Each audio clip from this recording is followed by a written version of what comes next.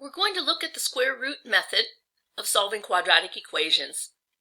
And this method is somewhat limited because it only works when b, the coefficient of the x term, is equal to 0. That is to say that the middle term, that x to the first power term, is missing. But when that term is missing, we basically have a term with x squared is equal to some constant. And when that's the case, then we can simply take the square root of both sides. And in this case, if we have some square equal to a constant, then that value a is going to either be the positive square root of the constant or the negative square root of the constant.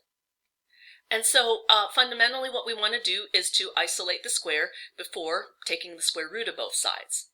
So in our first example, we have here x squared is equal to 23, and we're just going to take that square root and make this x on the left-hand side is equal to, and on the right, it'll just be the positive or negative square root of 23. So we have square rooted again both sides. Square rooting the x squared gives us x. Square rooting the right gives us square root 23. But again, we have that positive or negative because we need two solutions here. When we're looking at this x squared, we can see that x squared gives us potentially up to two solutions, and we need to consider both the positive and negative case.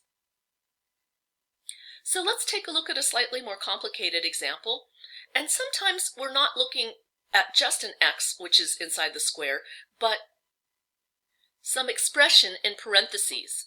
But just like we isolated the x, we can also isolate that expression. So what I want to do first is to isolate the squared expression by, in this case, dividing by 3 on the left and the right.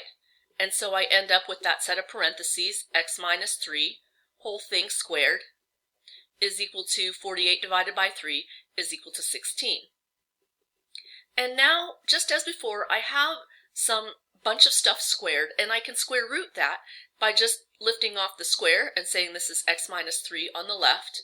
But on the right, because I've taken the square root and this was originally squared, I need to have both the positive and the negative square root of 16, which is equal to plus or minus 4.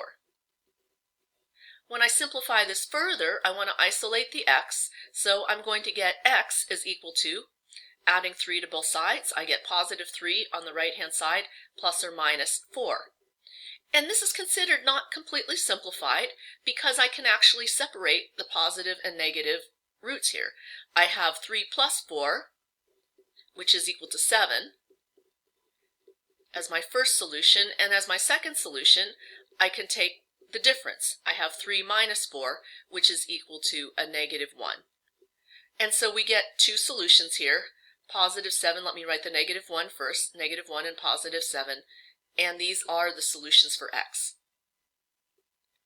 Looking at our next example, we have another bunch of stuff inside parentheses, and so I can take the square root of that set of parentheses again, and I end up just with 2x plus 1 on the left.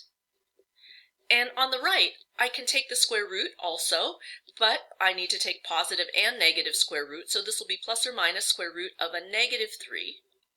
And now, when we take the square root of a negative number, this is an imaginary number. We can call this the positive or negative square root, and separating the square root of a negative 1, that turns into an I, and then we still have our square root 3. So this becomes plus or minus I root 3. And now when we go to isolate the x, we'll subtract off 1 from both sides. So we get that 2x is equal to negative 1. So let's put the real part first. Negative 1 plus or minus I root 3. And finally, isolating the x, we'll divide by 2.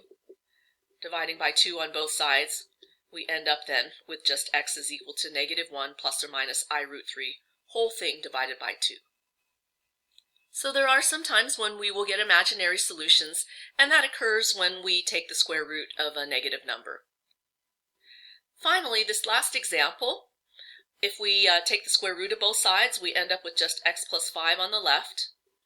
And on the right, we end up with positive or negative square root of 0, and this is just going to be equal to 0, whether it's positive or negative. So if I were to isolate the x, then I end up with x is equal to negative 5. When we look at this solution compared to what we had originally, we could write this square out with the two factors separated. So we have x plus 5 times x plus 5, and that's equal to 0.